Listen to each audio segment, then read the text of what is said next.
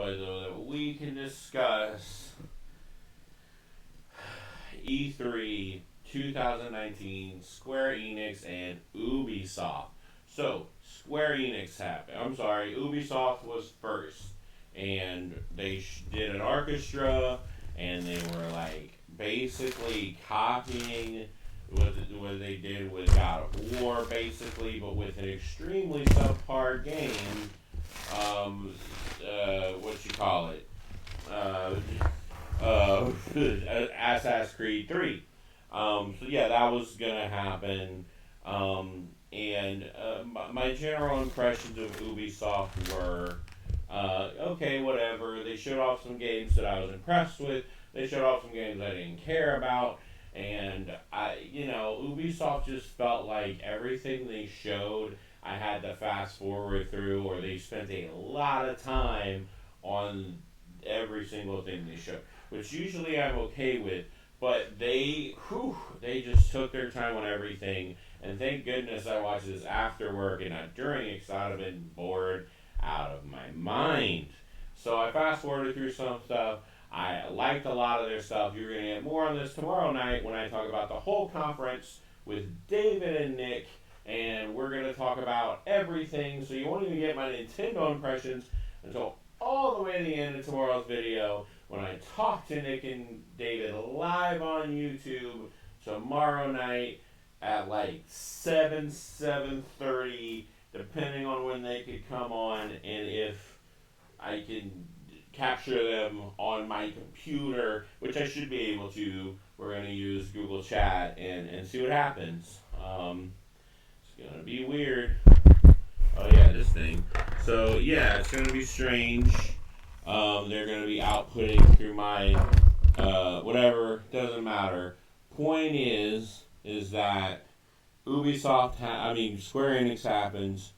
Square Enix came up, and just to spoil what I'm going to say tomorrow, just blew the top off with Final Fantasy VII.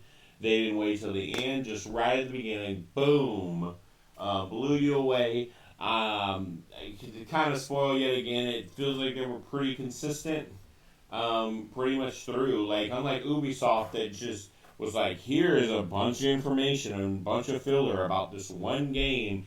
And then you get to Ubisoft and they're like, game. And you're like, oh, wow, a lot of remasters, a lot of new games, a lot of DLC.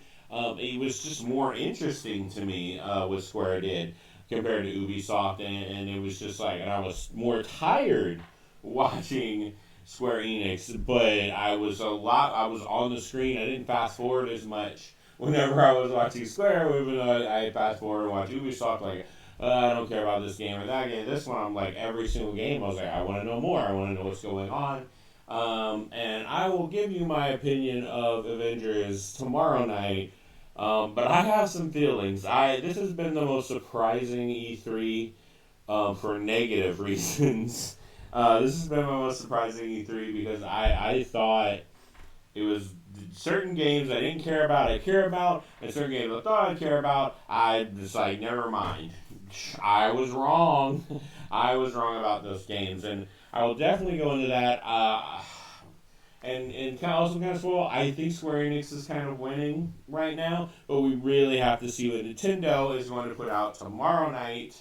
So right after the Nintendo conference is over, right whenever it's done, which I don't know, it's tomorrow morning, actually, like really early. I thought it was tomorrow night. Right whenever it's done, right when I get home from work, watch it, and wait for David and Nick to get home and watch it. Me, David, and Nick are going to be on here for hours, for as long as we possibly can, to talk about, E3 and everything we felt. I'm really looking forward to what David and Nick have to say. I'm really looking forward to how David specifically, because I don't know how often I ever talked to my brother David about E3, and it's always been like here or there. We never talked in depth. Nick either. Nick, it'll be fun. I mean, we said some things last year. We kind of highlighted some things, but to be able to go in depth with two people who have very big video game knowledge. I'm very excited about tomorrow night. Will be the big blowout. You get all my detailed answers. Nick took notes. I took notes. David's watching them casually. Eventually, I hope he knows that he has to watch them. I'm touching my nose a lot. He has to watch them all before we talk.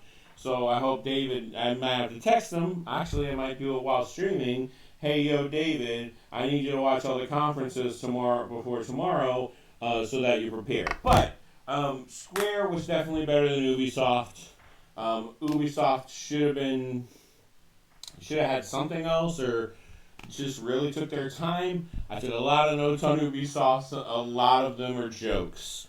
Most of Ubisoft was jokes. Most of Square, I was like, wow, oh man, Square was great. Ubisoft was good. I can't wait to hear what Nick and David have to say. And tune in tomorrow for a very long stream, for a very, very long discussion with me, David, and Nick. I want it to go for 3 hours and on YouTube live, our first time, me, Nick, and David live. You get to see our faces and not just pictures of them, so I hope they look pretty. And we'll see about tomorrow, and we'll have fun tomorrow. And thank you for watching the weekly. Oh, here's my microphone. Thanks for watching Game Rating Review. My name is Sean Mark. It is going to be so interesting tomorrow night. So please pay attention, listen up, and be cool and stuff about it and things. So thanks for watching, listening, and we will see. I will see you, and Nick and David will see you, unless something horribly goes wrong tomorrow night.